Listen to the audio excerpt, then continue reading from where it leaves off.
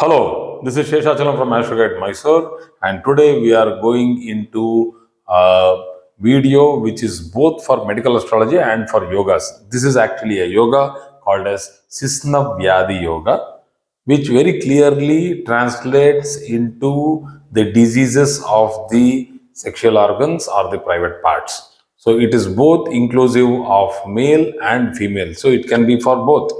So let us understand the factors. The first factor, which is very important in this yoga, is to understand the position of Mercury. If it is placed in the ascendant and it conjoins the sixth and the eighth lord. So we need the Mercury to be in the ascendant, whether it is strong, weak, exalted, debilitated, retrograde, nothing is been specified. So very clearly, it is Mercury in the ascendant conjoins. That means it is along with the sixth lord and the eighth lord from the ascendant. So that gives rise to Sisnavyadhi Yoga. Additional to that, if at all we have Rahu also placed in that particular position, that is the Rahu Ketu axis is in the 1-7 or in the 7-1. So I have taken only Rahu in the 1-7 axis, then it makes things worse. That is, it aggravates the problem, and unnecessarily there will be a lot of spread of the problem, and it spreads very fast. So these are diseases like people going through sexually transmitted diseases, STD, and severe affected private parts, and neurological dysfunctions, and fungus infections, inflammations, tumors, warts, cysts. It might be for both the female and the male.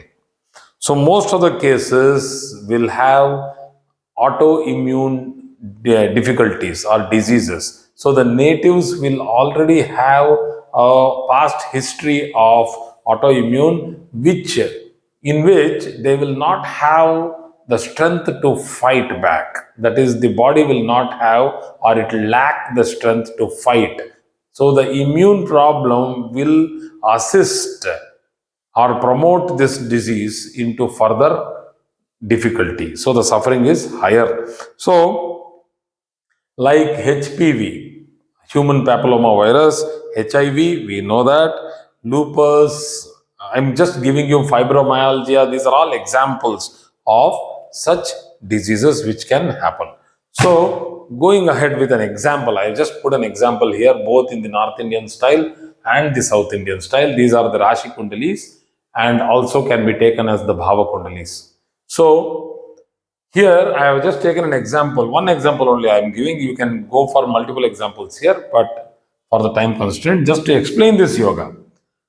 Have the Lagnadipati Venus sitting in the ascendant itself, that is, this is the Libra ascendant.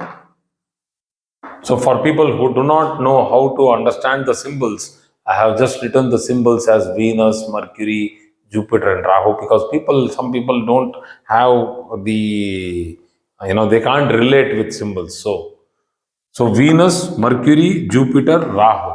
So if this is the combination, then Venus being the lord of the ascendant, Jupiter being the sixth lord. This is 7, 8, 9, 10, 11, 12. That is Pisces. So Jupiter is the lord of Pisces, and if it is sitting in the Lagna, the same way, 1, 2, 3, 4, 5, 6, this is Pisces. So the lord of Pisces, Rogasthana sitting here, and the lord of the 8th house, that is, here it is Taurus, and anyway, the Lagnadipati Venus itself is the Roga Karaka here, because it gives rise to what we call as the Deha Kashta Yoga. So it is sitting here. So once again, we have this 1 and 2, that is Taurus.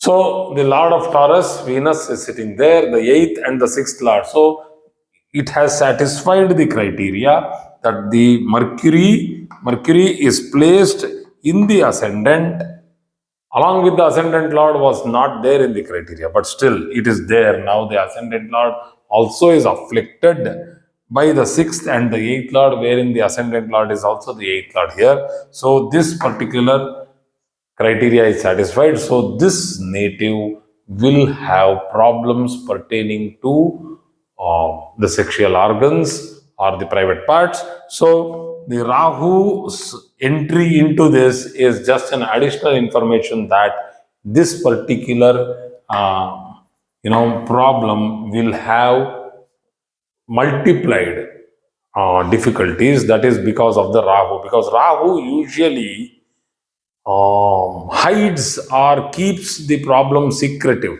It makes the native shy, and it also does not allow diagnosis to be clear. So it deviates, it distracts, it makes the native go through a lot of difficult process in diagnosis, and only then, after a long delay, if the diagnosis will happen depending on the dasha and the Antardasha. So if the Mahadasha Lord and the Antardasha Lord are favorable, this particular problem will not arise at all. It will be like delayed. And when there is an unfavorable major Lord period or the sub-Lord period, this will suddenly trigger.